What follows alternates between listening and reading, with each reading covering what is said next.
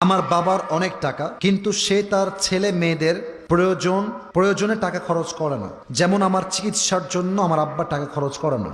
ভাই, আমি ভাবছি সব টাকা তার কবরে দিয়ে দিব। কতটা কতটা বুকে ব্যথা থাকলে একটা ছেলে কথা লিখতে পারে? কতটা ব্যথা হলো? আব্বা যান, আপনি তো আপনার হকের কথা বললে খুব খুশি হন যে আব্বা আম্মার খেদমত করতে হবে।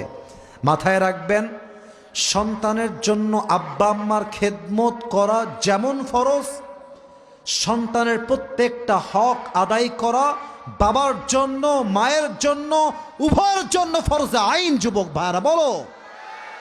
হ্যাঁ, অনেক বাবা আছে।